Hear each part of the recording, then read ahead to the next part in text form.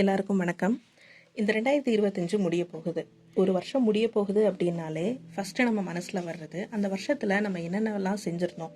அதுவும் ரொம்ப குறிப்பாக ஏதாவது ஒரு கண்டென்ட் க்ரியேட்டராக இருக்கும்போது, இல்லைனா ஒரு ஸ்பெசிஃபிக்கான வேலையை ஒரு வருஷம் ஃபுல்லாக கண்டினியூவாக பண்ணும்போது, அந்த வேலையில் நமக்கு பிடிச்ச ஸ்பெஷலான மூமெண்ட்ஸ் என்ன அப்படின்னு சொல்லிட்டு யோசிச்சு பார்ப்போம். நான் வேற ஒரு வேலை செஞ்சுட்டு இருந்தாலும் கூட ரீடிங் அப்படின்றது எனக்கு ரொம்ப முக்கியமான, என் வாழ்க்கையிலேருந்து பிரிக்கவே முடியாத ஒரு விஷயம் மாதிரி. ஸோ புக் ரீட் பண்ணுறது அப்படின்றது எனக்கு ரொம்ப பிடிச்ச ஒரு விஷயம். அந்த வகையில் இந்த 2025 கிட்டத்தட்ட ஒரு 120 புத்தகங்கள் படிச்சிருப்பேன். அந்த 120 புத்தகங்களில் டாப் 5 என்னோட ஃபேவரட் புத்தகங்கள் தான் உங்கள் கூட இந்த வீடியோவில் ஷேர் பண்ண போகிறேன். இந்த புத்தகங்கள் எல்லாமே தமிழில் தான் இருக்குது. ஸோ இந்த தமிழில் எனக்கு பிடிச்ச டாப் 5 புத்தகங்களை உங்க கூட ஷேர் பண்ணுறேன். நீங்கள் அந்த புத்தகங்கள் படித்து பாருங்கள், கண்டிப்பாக உங்களுக்குமே பிடிக்கும். அந்த வகையில் ஃபஸ்ட்டு புத்தகம் அப்படின்றது கேஆர் மீரா அவர்களோட அந்த மரத்தையும் மறந்தேன் மறந்தேன் நான். இந்த புத்தகம் ஒரு சின்ன பொண்ணோட ஒரு ஜேர்னியை ஸ்டார்ட் பண்ணி அவங்களோட மிடில் ஏஜில் அவங்களோட திருமண வாழ்க்கை, இந்த மாதிரி நிறைய விஷயங்களை இந்த புத்தகம் தொட்டு போகுது. நிஜமாவே ஒரு மனுஷனோட வாழ்க்கை எவ்வளவு சிக்கலானது, இன்னும் சொல்ல போனால் ஒரு மனிதனே எவ்வளவு சிக்கலானவன் அப்படின்றத இந்த புத்தகம் சொல்லும்.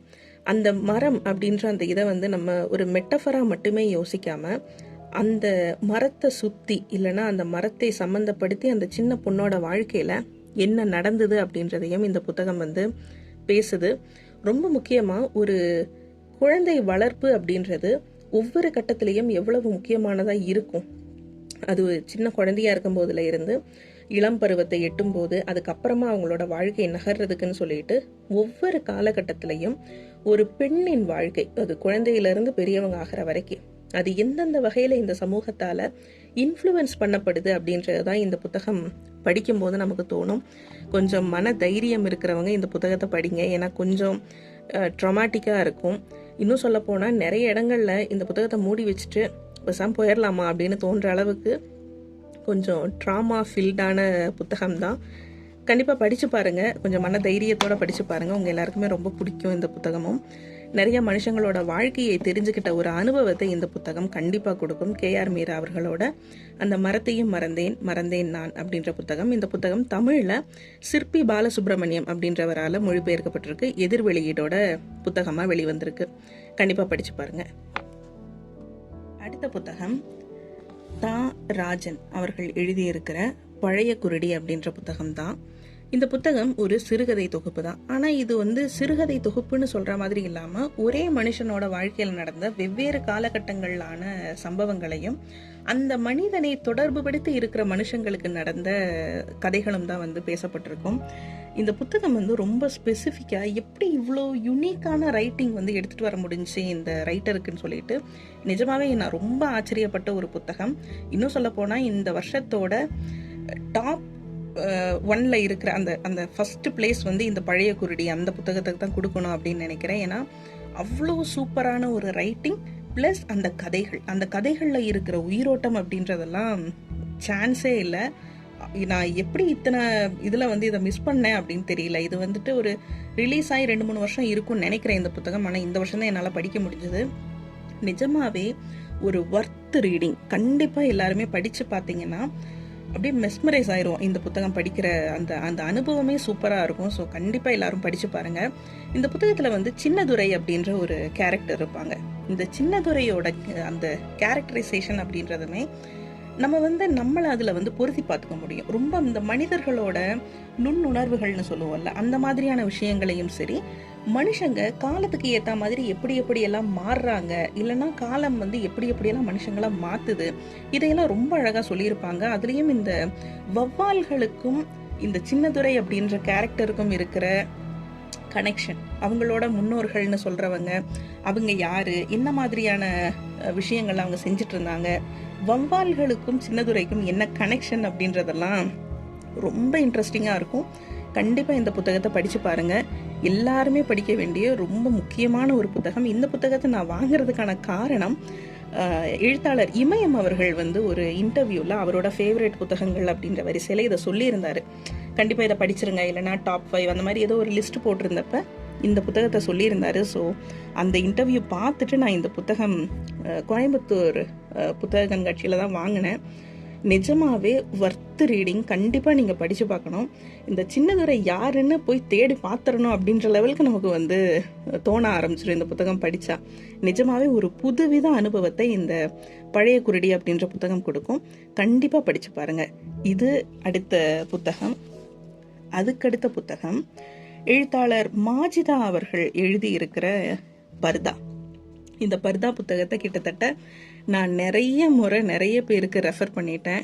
நிஜமாவே இந்த புத்தகம் ஒரு மனுஷனை எந்த அளவுக்கு தூண்டும், ஒரு புத்தகம் எந்த அளவுக்கு நம்ம கூட ரிலேட் ஆக வைக்கும் அப்படின்றதுக்கு ஒரு உதாரணம் இந்த பர்தா புத்தகம். இந்த புத்தகமும் ஒரு எழுத்தாளரோட பரிந்துரையில தான் படித்தேன்.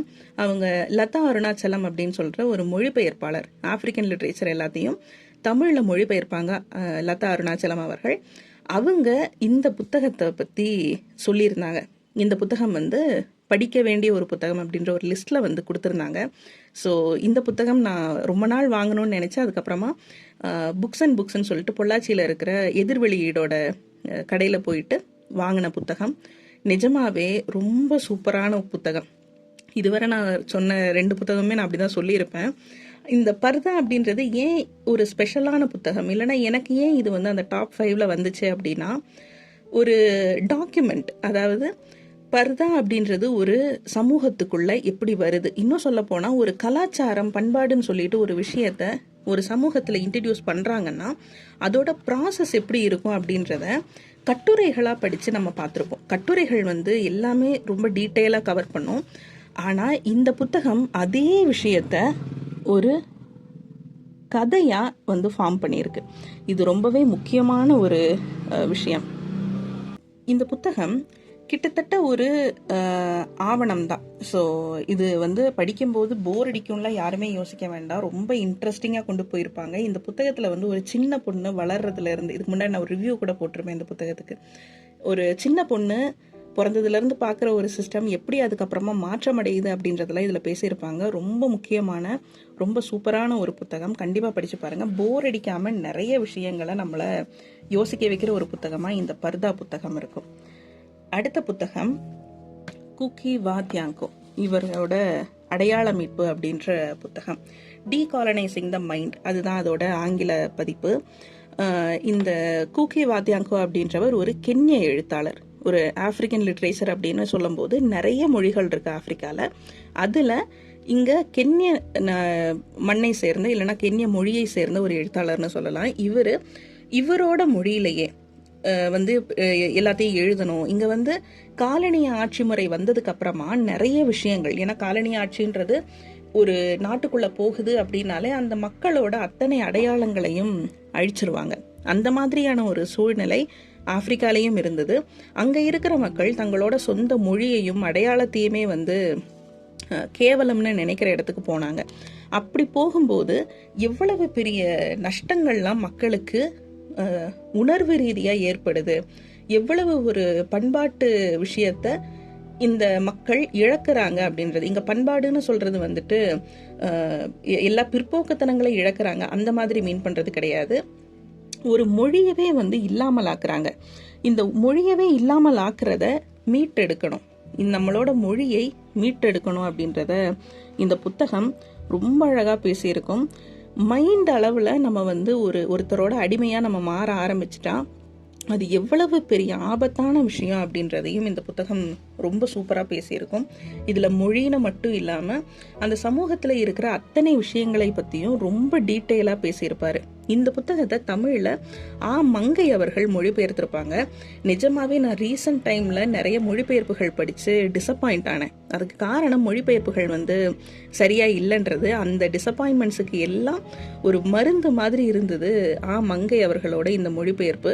நிஜமாவே ஒரு ஒரிஜினல் ரைட்டிங்கை படிக்கிற மாதிரியான ஒரு உணர்வை கொடுத்துச்சு இந்த புத்தகம். நிஜமாவே ஒரு சூப்பரான மொழிபெயர்ப்பு. கண்டிப்பாக எல்லாருமே படித்து பார்க்க வேண்டிய மிக முக்கியமான ஒரு புத்தகம். இன்னும் சொல்லப்போனால் இப்போ இந்தியாவில் இருக்கிற அரசியல் சூழலுக்கு இந்த புத்தகம் அப்படின்றது ரொம்பவே முக்கியமானது. இந்த புத்தகத்தில் இருக்கிற விஷயங்களை படிக்கும்போது நம்ம இந்தியாவில் நடக்கிற விஷயங்களை ரிலேட் பண்ணி பார்ப்போம். ஸோ எல்லாருக்குமே இது அரசியல் சார்ந்து இருந்தாலும் சரி, உங்களுக்கு மொழி மேலே ஆர்வம் இருந்தாலும் சரி, இல்லை வரலாறு தெரிஞ்சுக்கணும், நிறைய விஷயங்களை வேறு வேறு விஷயங்களை எக்ஸ்ப்ளோர் பண்ணணும்னு நினச்சாலும் சரி, எல்லாருக்குமே இந்த புத்தகம் ஒரு சிறந்த தேர்வாக இருக்கும். நிஜமாவே ஒரு சூப்பரான மொழிபெயர்ப்பு புத்தகம் இந்த அடையாள மீட்பு அப்படின்றது. அடுத்த புத்தகம் இதுவும் ஒரு மொழிபெயர்ப்பு புத்தகம்தான், மாவீரன் ஐயன்காளி. இந்த புத்தகம் M.R. ரேணுகுமார் அவர்கள் எழுதின புத்தகம். தமிழில் ஜேம்ஸ் மார்க் பீட்டர் அவர்கள் மொழிபெயர்த்திருக்காங்க. இந்த புத்தகம் படிக்கும்போது நிஜமாவே பேக்ரவுண்டில் அசுரன் படத்தோட பிஜிஎம்லாம் ஓடுற மாதிரி நமக்கு ஃபீல் ஆகும்.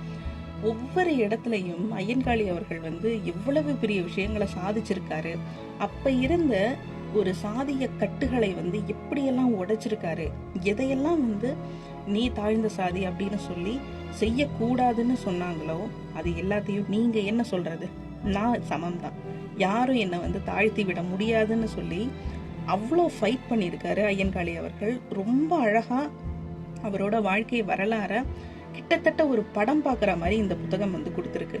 இந்த புத்தகத்துல நிறைய விஷயங்கள் வரலாற்று பூர்வமா, வரலாற்று தகவல்கள் அந்த ஆதாரங்களோட எழுதப்பட்டிருக்கிறது ரொம்பவே முக்கியமான ஒரு விஷயம். ஏன்னா நிறைய இடங்கள்ல கதைகள் வரலாறுகளா சொல்லப்படுது. ஆனா இந்த புத்தகம் இந்த வரலாற்றை மிக சுவாரஸ்யமா நம்ம கிட்ட இந்த புத்தகத்தின் மூலமா கொண்டு வந்திருக்காங்க ஆசிரியர்கள். நிஜமாவே மொழிபெயர்ப்பும் சரி, எழுத்தும் சரி ரொம்ப சிறப்பா இருந்தது. இந்த மொழிபெயர்ப்பு புத்தகமே கொஞ்சம் சாட்டிஸ்ஃபைங்கான ஒரு ரீடிங்கா இருந்தது. கண்டிப்பா எல்லாருமே படிச்சு பார்க்க வேண்டிய முக்கியமான ஒரு புத்தகம் மாவீரன் ஐயங்காளி. இப்படி இந்த 5 புத்தகங்கள் தான் நான் இந்த வருஷம் படிச்சதுல எனக்கு தமிழ்ல ரொம்ப பெஸ்டா ஃபீல் பண்ண புத்தகங்கள். நிஜமாவே எல்லாரும் படிக்கணும் அப்படின்னு நான் ஆசைப்பட்ட புத்தகங்கள் அப்படின்னு கூட சொல்லலாம். எனக்கு தெரிஞ்ச எல்லாருக்குமே நான் இந்த புத்தகங்களை பரிந்துரை பண்ணியிருக்கேன். ஸோ நீங்களும் கண்டிப்பாக படித்து பாருங்கள், உங்களுக்குமே இந்த புத்தகங்கள் பிடிக்கும். நிறைய இடங்கள்ல நிறைய விஷயங்களை இந்த புத்தகங்கள் யோசிக்க வைக்கும். கண்டிப்பாக எல்லாருமே படிக்க வேண்டிய நல்ல புத்தகங்கள் இதையெல்லாம்.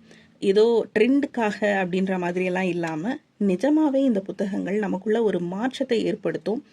எல்லாருக்குமே ஒரு புது கோணத்தை, ஒரு புது பார்வையை இந்த புத்தகங்கள் கண்டிப்பாக உருவாக்கும் அப்படின்னு எனக்கு நம்பிக்கை இருக்கு.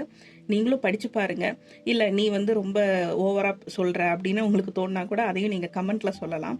இந்த 2025ல் வேற சில ஃபேவரட் புத்தகங்களும் இருக்கு. ஆனா இந்த 5ம் தவிர்க்கப்பட முடியாத 5 புத்தகங்கள் உங்க கூட ஷேர் பண்ணணும்னு நினைச்சேன். ஸோ அதுக்காக ஷேர் பண்ணியிருக்கேன். நீங்களும் படிச்சு பாருங்க, எப்படி இருக்குன்னு சொல்லுங்க. நன்றி.